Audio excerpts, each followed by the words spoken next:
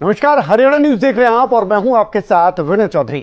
हरियाणा के सियासी रण में बीजेपी के उम्दा प्रदर्शन की कहानी सदियों तक राजनीतिक इतिहास में याद की जाएगी। चाहे चुनावी प्लानिंग की बात हो या जनहितैषी योजनाओं की बात हो, समय समय पर लाल घरानों के साथ गठबंधन हो या पार्टी के संगठन में बदलाव, बीजेपी ने कैसे हरियाणा के रण में पंजे जमा लिए, हमारे इस खास कार्यक्रम के जरिए आपको दिखाएंगे।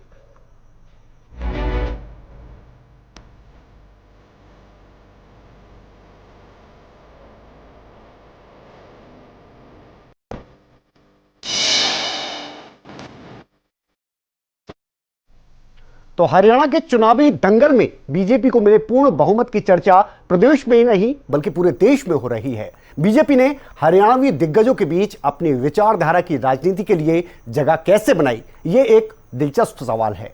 कैसे 44 साल का सफर तय कर आज बीजेपी ने इतिहास रच दिया है और किस तरह से यह हैट्रिक लगाई है, इस रिपोर्ट के जरिए दिखाते हैं।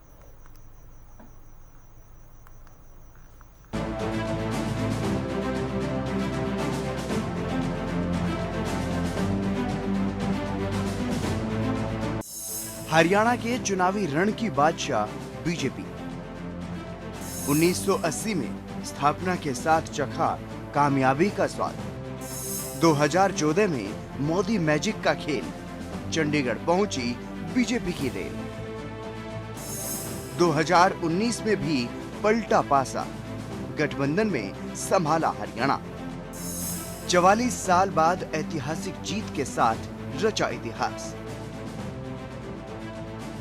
हरियाणा के चुनावी दंगल में बीजेपी को मिले पूर्ण बहुमत की चर्चा प्रदेश में ही नहीं देश भर में हो रही।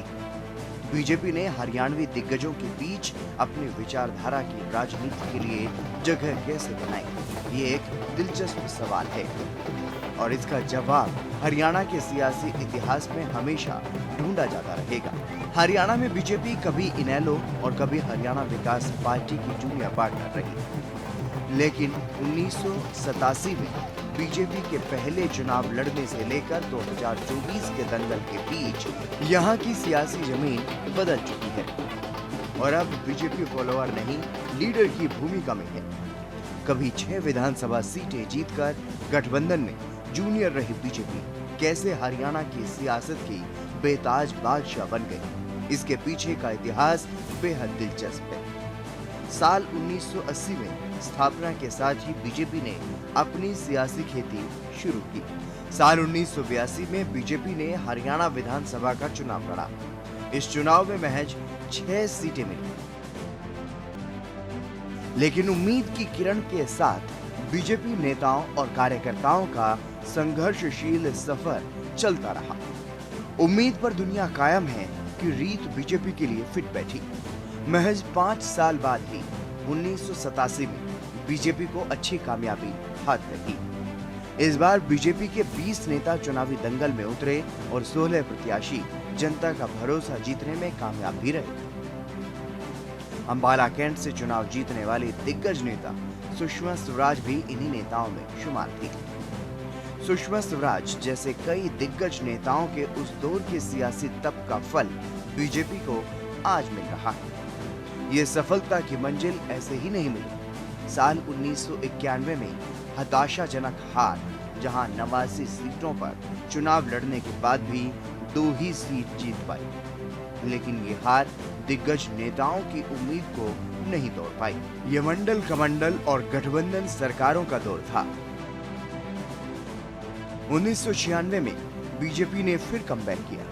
अस्तित्व बचाने की जंग में बीजेपी ने 25 सीट पर चुनाव लड़ा और 11 पर कमल खिला। एक दौर में लाल हरियाणा की राजनीति का मशहूर ब्रांड रहा है। बंसीलाल, देवीलाल, भजनलाल, ये वैसे नाम और किरदार हैं जिन्हें एक दौर में हरियाणा का बच्चा बच्चा जानता था। जब हरियाणा के इन लालों की सियासत का जलवा होता था तो बीजेपी इनकी जूनियर सहयोगी रहा करती थी। जब बीजेपी को गठबंधन सहयोगी के तौर पर रखने वाली इनेलो बिग ब्रदर की भूमिका में रहती थी। आज के केंद्रीय मंत्री और दिग्गज बीजेपी नेता मनोहर लाल उस दौर से बीजेपी का सियासी किला बनाने के लिए जी तोड़ मेहनत कर रहे हैं और ऐतिहासिक परिणाम सबके सामने है। हरियाणा की राजनीति के दिग्गज रहे नेता बंसीलाल हो या ओम प्रकाश चौटाला, इन्हीं के खानदान को बीजेपी के बैनर तले लाने वाले मनोहर लाल का बीजेपी की सफलता में योगदान भुलाया नहीं जा सकता। साल 1999 का किस्सा, जब बीजेपी और हरियाणा विकास पार्टी की गठबंधन की सरकार प्रदेश में थी। मुख्यमंत्री थे चौधरी बंसीलाल। हरियाणा की सियासत में उस दौर में लाल घरानों का सिक्का चलता था। किस्सा ये है कि बीजेपी छोटे भाई का रोल अदा करने में खुश थी, लेकिन मनोहर लाल से बंसीलाल की मुलाकात न करना उनकी सरकार गिरवा देगा, बंसीलाल ने सपने में भी नहीं सोचा होगा। जब मुलाकात के लिए मनोहर लाल प्रतीक्षा कर रहे थे और सीएम का संदेश आया, बीजेपी के संगठन मंत्री हमारी पार्टी के संगठन मंत्री से मिले और किरण चौधरी और श्रुति चौधरी को बीजेपी में शामिल करवाकर बंसीलाल की राजनीतिक विरासत बचाने वाले मनोहर लाल ही हैं। ये किस्से ये बताने के लिए हैं कि हरियाणा की सियासत में जड़ें जमाने के लिए बीजेपी को कड़ी प्रतिस्पर्धा करनी पड़ी, लेकिन आज हरियाणा की सियासत की किंग बन चुकी है। साल 2000 से 2009 तक 9 साल का दौर भी बीजेपी के लिए चुनौतियों से भरा रहा। साल 2000 में केंद्र में बीजेपी की सरकार होने के बावजूद हरियाणा में सिर्फ 6 ही विधानसभा सीटों पर बीजेपी जीत पाई। भले ही 1999 के लोकसभा चुनाव में बीजेपी 5 सीटों पर कमल खिला चुकी थी। साल 2004 में केंद्र से भी बीजेपी की विदाई हो चुकी थी। लोकसभा चुनाव में पार्टी को बुरी तरह से हार का सामना करना पड़ा। पार्टी 10 सीटों पर चुनाव लड़ी, लेकिन मात्र 1 सीट पर ही जीत हासिल कर पाई। साल 2009 के विधानसभा चुनाव में बीजेपी हरियाणा से पूरी तरह से साफ हो चुकी थी। तमाम विपक्षी दल ये आस लगाए बैठे थे कि बीजेपी का कमल अब हरियाणा की धरती पर कभी नहीं खिलेगा, क्योंकि एडी चोटी का जोर लगाकर बीजेपी महज 4 सीटों पर ही सिमट चुकी थी और वोट शेयर घटकर रह गया महज 9.04%। लेकिन हारकर हरियाणा की सियासत का बेताज बादशाह बनने वाले हो बीजेपी कहा जा सकता है। एक एक पग बढ़ करके लगातार 3 बार सरकार बनाकर बीजेपी ने कमाल कर दिया। साल 2014 में मोदी मैजिक का असर इस कदर कायम हुआ कि हरियाणा में बीजेपी ने 47 सीट के साथ पूर्ण बहुमत की सरकार बनाई। हरियाणा में बीजेपी के सियासी सफर की ये कहानी बेहद दिलचस्प है। जाट बहुल हरियाणा में जहां कभी जाट नेताओं का दबदबा चलता था, कैसे बीजेपी ने अपनी गैर जाट राजनीति की पटकथा लिखी और लोकप्रियता हासिल की। जिस प्रदेश में अक्सर जाट नेता ही सीएम की कुर्सी के दावेदार रहे, वहां की सियासी परंपरा तोड़ने के लिए बीजेपी की सियासत को दशकों तक याद किया जाएगा। Bureau report, Haryana news.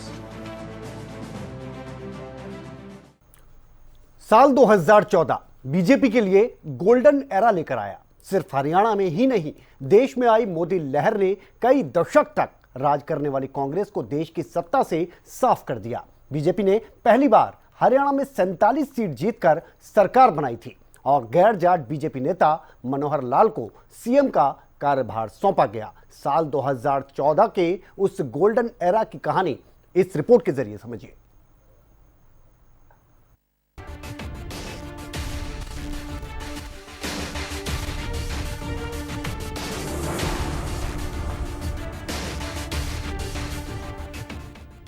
Haryana में बीजेपी के लिए गुडलक सफर 2014 में ही शुरू हुआ। 2014 के लोकसभा चुनाव में पार्टी 8 सीटों पर चुनाव लड़ी और शानदार स्ट्राइक लगाते हुए 7 सीटों पर जीत दर्ज की। जब पहली बार हरियाणा में पूर्ण बहुमत की सरकार बीजेपी ने बनाई। साल 2014 के विधानसभा चुनाव में हरियाणा में बीजेपी की सुनामी देखी गई और पार्टी ने 47 सीटें जीती। 2009 के मुकाबले बीजेपी की सीटें 43 बढ़ गई और आंकड़ा 4 से बढ़कर 47 तक पहुंच गया। 2014 से पहले हरियाणा की सत्ता पर कांग्रेस और इनेलो का दबदबा था। कांग्रेस लंबे समय तक सत्ता में रही, लेकिन भ्रष्टाचार, किसान असंतोष और कुशासन जैसे मुद्दों के कारण मतदाताओं में असंतोष बढ़ता जा रहा था।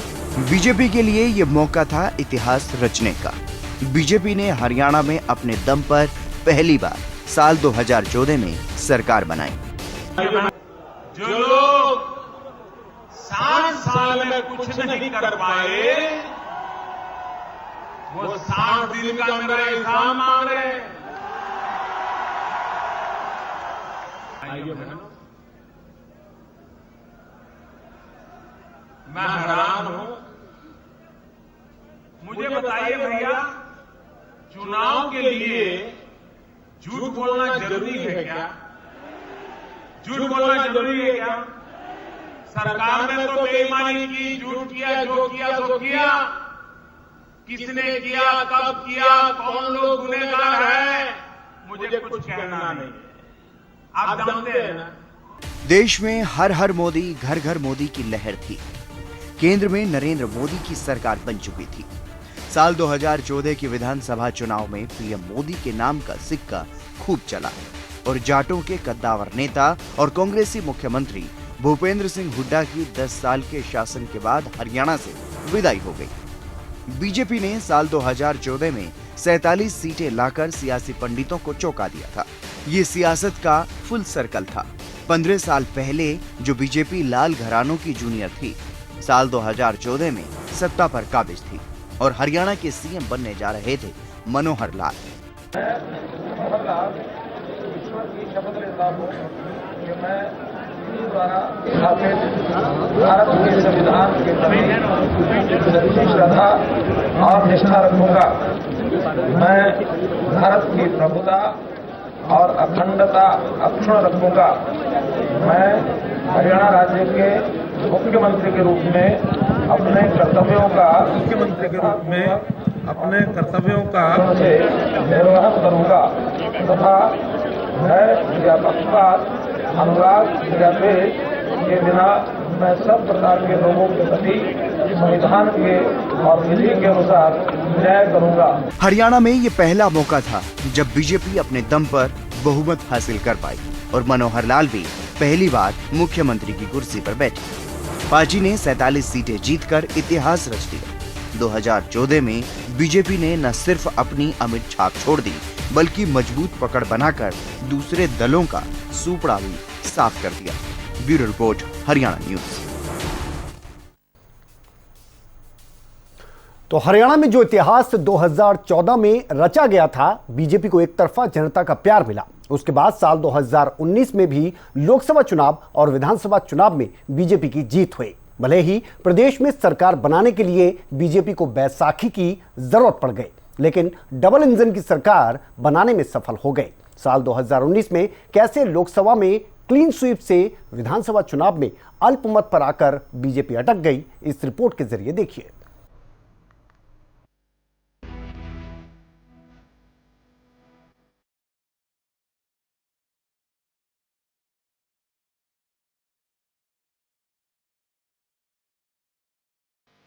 हरियाणा का सियासी मिजाज किसी को समझ नहीं आता। यहाँ जब भी परिणाम आते हैं, हर किसी को चौंका कर रख देते हैं। प्रदेश में लोकसभा चुनाव और विधानसभा चुनाव में सिर्फ 3 महीने का अंतर होता है। लोकसभा के परिणाम अलग तो विधानसभा चुनाव के परिणाम कुछ अलग ही होते हैं। इस बार भी ऐसा ही हुआ। हालांकि इस बार परिणाम बीजेपी के पक्ष में रहे।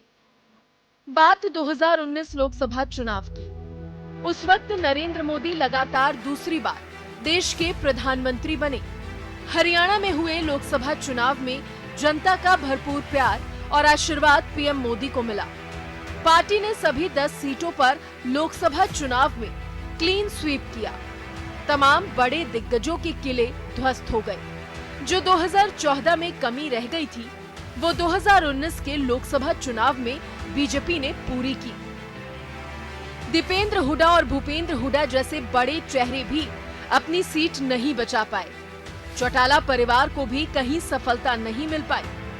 लोकसभा चुनाव 2019 में बीजेपी ने वाकई हरियाणा की सियासत में दमदार प्रदर्शन किया। 2019 लोकसभा चुनाव में हरियाणा में बीजेपी का स्ट्राइक रेट 100% रहा। बीजेपी ने राज्य की सभी 10 सीटों पर जीत हासिल की। पार्टी को 58.02% वोट हासिल हुए।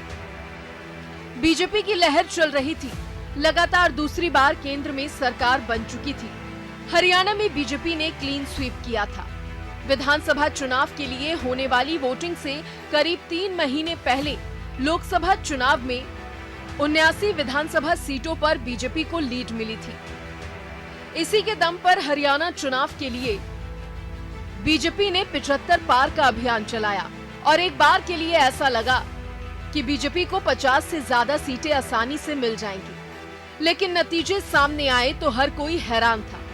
जैसा मिजाज है हरियाणा प्रदेश का, विधानसभा चुनाव में वैसा ही हुआ। परिणाम देखकर खुद बीजेपी नेता हैरान थे। जिस पार्टी ने प्रदेश में 3 महीने पहले ही क्लीन स्वीप किया था, वो पार्टी 40 विधायकों के साथ सबसे बड़ी पार्टी तो बनी, लेकिन पूर्ण बहुमत भी हासिल नहीं कर पाई। पार्टी को विधानसभा चुनाव में एंटी इनकम्बेंसी फैक्टर का सामना करना पड़ा। इस चुनाव में भले ही पार्टी को पूर्ण बहुमत नहीं मिला, सिर्फ 40 सीटों से संतोष करना पड़ा, लेकिन एक और अहम बात ये भी है कि बीजेपी का जनाधार पिछली बार के मुकाबले प्रदेश में बढ़ा। मतों का प्रतिशत बढ़कर 36.49% हो गया था। पार्टी ने मत प्रतिशत बढ़ने को लेकर अपनी पीठ थपथपाई और जेजेपी समेत निर्दलीय विधायकों के साथ मिलकर लगातार दूसरी बार सरकार बनाई। मनोहर लाल ने लगातार दूसरी बार सीएम पद की शपथ ली। बस फर्क ये था कि इस बार गठबंधन की सरकार बनी, लेकिन बीजेपी मुख्य भूमिका में रही। Bureau report, Haryana news. और अब बात साल 2024 की, इस चुनाव की बात करें तो इसमें बीजेपी ने न सिर्फ जीत हासिल की बल्कि हैट्रिक लगाकर इतिहास रचा है। लेकिन इसके पीछे की पूरी कहानी क्या रही है, रणनीति क्या रही है, वो इस रिपोर्ट के जरिए समझिए।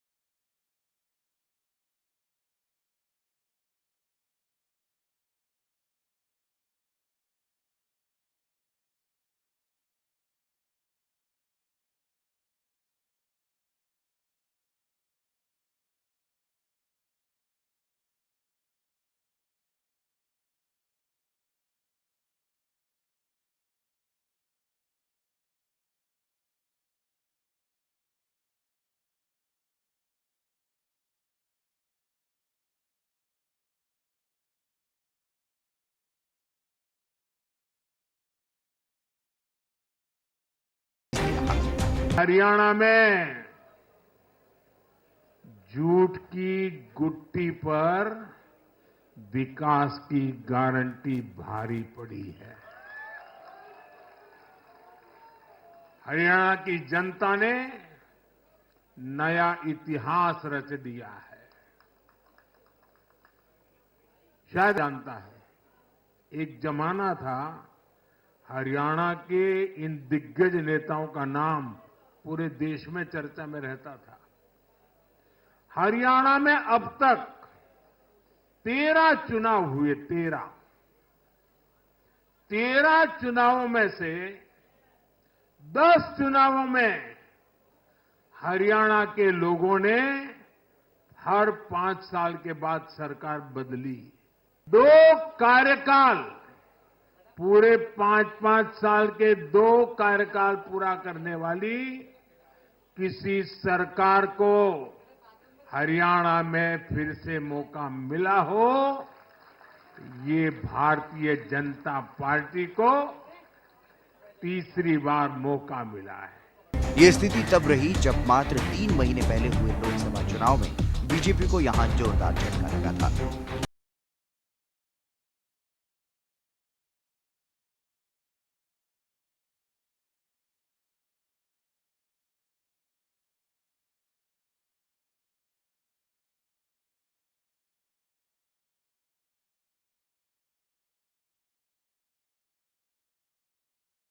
हरियाणा में सियासी पंडितों को चौंकाते हुए बीजेपी लगातार तीसरी बार ऐतिहासिक जीत हासिल कर चुकी है। कांग्रेस को उम्मीद थी कि इस बार सूबे की सत्ता से उनका वनवास 10 साल बाद आखिरकार खत्म हो जाएगा, लेकिन ऐसा नहीं हुआ। एक जनता ने एक ऐसा संदेश दिया है कि मोदी जी के जो सरकार की नीतियां हैं, मोदी जी की जो उपलब्धियां हैं, जो हमारा काम करने का तरीका है, कार्यपद्धति का, वो जनता के ऊपर असर कर रहा था और जनता ने उसका प्रत्युत्तर में भारतीय जनता पार्टी की हरियाणा में तीसरी बार सरकार बनाई है। और ये अपने आप में एक रिकॉर्ड बना है कि हरियाणा में आज तक किसी भी पार्टी की लगातार तीसरी बार सरकार नहीं बनी थी। पहली बार भारतीय जनता पार्टी ने हरियाणा में लगातार तीसरी बार सरकार बनाई। जो चीज़ जनता ने महसूस की, कांग्रेस के भ्रम में नहीं आई है। यहाँ का लोकतंत्र, हरियाणा का लोकतंत्र बहुत ही परिपक्व है, जनता बड़ी परिपक्व है और जनता ने एक हमारे कामों पर, मोदी जी की नीतियों पर एक मुहर लगाई है। हमारे मुख्यमंत्री जी ने पहले जैसे कहा कि दिन आएगा जब जनता देगी उनको जवाब, और ये एक ही बात कहेंगे कि ये ईवीएम खराब। सबसे पहले मैं हरियाणा प्रदेश की जनता का, 2 करोड़ 80 लाख लोगों का मैं प्रणाम करता हूं, दिल से धन्यवाद करता हूं कि जिन्होंने भारतीय जनता पार्टी आदरणीय नरेंद्र मोदी जी की नीतियों में एक बड़ा विश्वास व्यक्त किया है। ये जीत ये हरियाणा के किसान की है, ये जीत हरियाणा के गरीब की है, ये जीत हरियाणा की महिलाओं की है और ये जीत हरियाणा के युवाओं की है। हरियाणा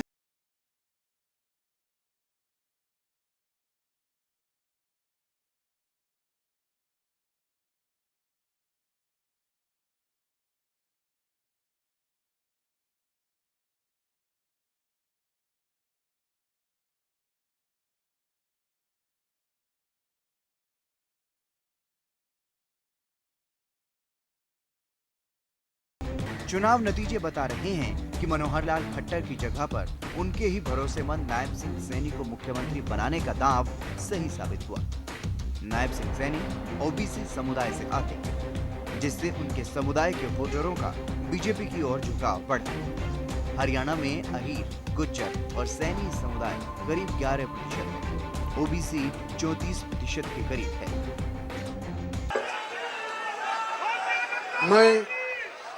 मैं नायब सिंह ईश्वर की शपथ लेता हूं कि मैं विधि द्वारा स्थापित भारत के संविधान के प्रति सच्ची श्रद्धा और निष्ठा रखूंगा। मैं भारत की प्रभुता और अखंडता अक्षुण्ण रखूंगा। मैं हरियाणा राज्य के मुख्यमंत्री के रूप में अपने कर्तव्यों का श्रद्धापूर्वक और शुद्ध अंतःकरण से निर्वहन करूंगा। कांग्रेस का अति आत्मविश्वास भूपेंद्र सिंह हुड्डा को उम्मीदवार तय करने में फ्री हैंड के साथ बहुत ज्यादा अहमियत देना चुनाव में जाट बनाम गैर जाट ध्रुवीकरण को हवा दे गया। साथ ही बीजेपी ने नायब सिंह सैनी के तौर पर ओबीसी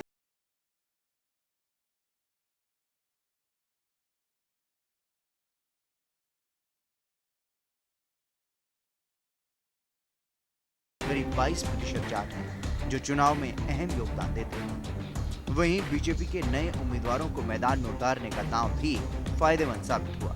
चुनाव में बीजेपी को इसका लाभ मिला और एंटी इनकम्बेंसी की तपिश को खत्म करने में भी मदद मिली। कांग्रेस हरियाणा में जीत को लेकर आश्वस्त थी। बीजेपी को पता था कि इस बार राह आसान नहीं रहने वाली। बीजेपी ने बड़ी ही चतुराई के साथ कांग्रेस की अंतर्कलह का लाभ उठाया। पार्टी ने भूपेंद्र हुड्डा और कुमारी सैलजा की सियासी लड़ाई को खूब हवा दी। सब बातों को देखते हुए नए सिरे से आगे सोचना होगा, क्योंकि जो ये अभी चल रहा है बिजनेस एज यूजुअल ऐसा तो नहीं चलेगा। कहाँ हमारी कमियां रही हैं, क्या कमियां रही हैं, इसके बारे में देखना होगा। कौन जिम्मेवार रहे, पार्टी को किस तरह से स्टेट में सींचा नहीं गया, तालमेल नहीं रखा गया, जो कौन लोग हैं जो जिम्मेवार थे सबको साथ लेकर चलने के और पार्टी को एक दिखाने के और सबको बैलेंस आउट करने के, वो भी बातें हैं।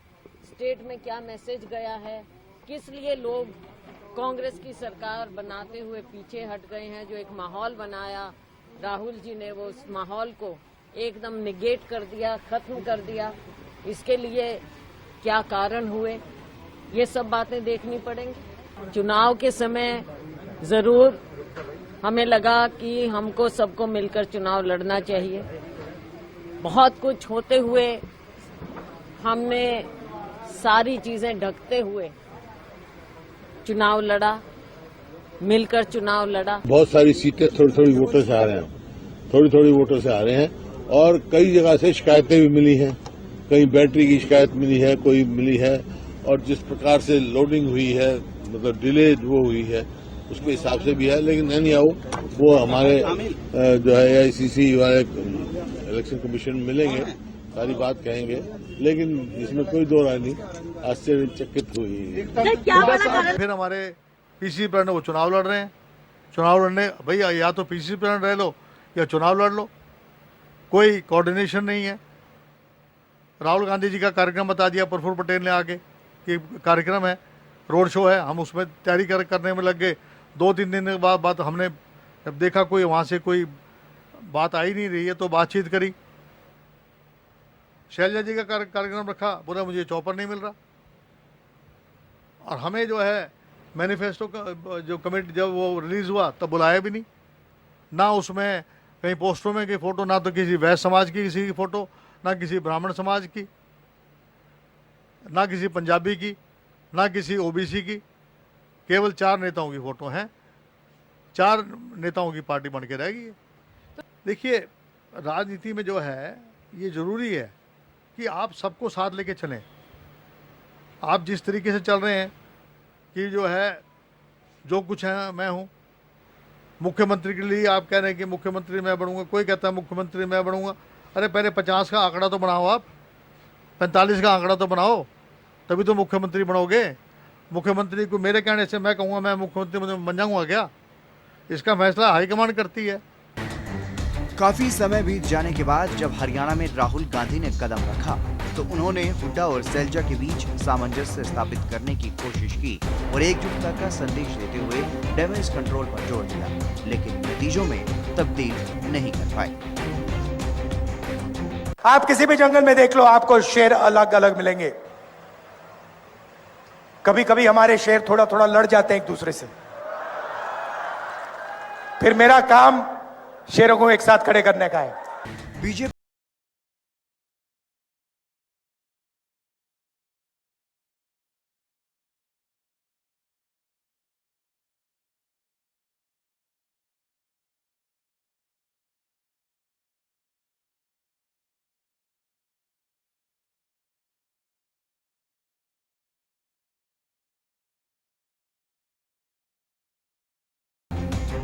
गोहाना कांड हुआ, किसकी जिम्मेदारी? कांग्रेस की। 2010 में मीरपुर कांड हुआ, किसकी जिम्मेदारी? कांग्रेस की। और हमेशा कांग्रेस के शासन में नॉट फाउंड फॉर सुटेबल कर नौकरियों से आरक्षण के वंचित रखने का काम किया है। और हमेशा से दलित नेताओं का अपमान करने का काम कांग्रेस पार्टी ने किया, चाहे डॉक्टर अशोक तंवर हो, चाहे बीजेपी की ये जीत कई चुनावी मुद्दों और समीकरणों में गठजोड़ का अंजाम है, जो बीजेपी अपनी इस कामयाबी के मुकाम तक पहुंची है। Bureau report, Haryana news. तो बीजेपी के सियासी सफर की इस दिलचस्प कहानी में फिलहाल इतना ही। बने रहिए हमारे साथ और देखते रहिए हरियाणा न्यूज।